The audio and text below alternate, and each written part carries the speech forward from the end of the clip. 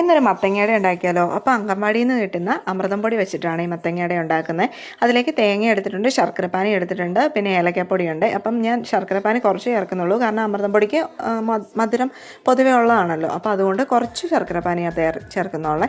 എന്നിട്ട് ഞാൻ വീട്ടിൽ നിന്ന് കൊണ്ടുവന്നല്ല ഒന്നാന്തരം വാഴയിലയാണ്, അതിൻ്റെ അകത്ത് ഒന്ന് പൊതിഞ്ഞെടുത്തു കേട്ടോ. എന്നിട്ട് ഇഡലി പാത്രത്തിൽ വെച്ച് വേവിക്കുകയാണ് ചെയ്യുന്നത്. സാധാരണ കുട്ടികൾക്കൊക്കെ അമൃതം പൊടി കഴിക്കാൻ ഇച്ചിരി മടിയായിരിക്കില്ലേ. അപ്പം ഞാൻ അതിന് വേണ്ടിയിട്ടാണ് ഇത് അടയാക്കി എടുത്താണ് കേട്ടോ. അപ്പോൾ നമ്മൾ കറി വെക്കാൻ വേണ്ടി വാങ്ങിച്ച കുറച്ച് മത്തങ്ങ ഇരിപ്പുണ്ടായിരുന്നു. അപ്പോൾ അതുകൊണ്ട് എന്തുണ്ടാക്കണമെന്ന് ആലോചിച്ചപ്പോഴാണ് എന്നാൽ പിന്നെ വൈകുന്നേരത്തെ ചായക്ക് ഇതായിക്കോട്ടെ എന്ന് ഓർത്തേ. അപ്പം നല്ല ഒന്നാന്തര ഇലയുടെ ആയിരുന്നു കേട്ടോ. പാകത്തിനുള്ള മധുരമേ ഉള്ളൂ, കാരണം ആ മത്തങ്ങയിലേക്ക് പിടിക്കാൻ വേണ്ടിയിട്ട് കുറച്ച് ശർക്കരപ്പാനി ചേർത്തോളേ. അല്ലാതെ തന്നെ പൊടിക്കൊരു മധുരം ഉണ്ടല്ലോ, അപ്പോൾ ഓവർ മധുരവും ആവത്തില്ല. നമ്മുടെ ഹെൽത്തി ആയിട്ടുള്ള വൈകുന്നേരത്തെ സ്നാക്സ് കുട്ടികൾക്കായിട്ട് റെഡി ആയിട്ടും ഉണ്ട് കേട്ടോ.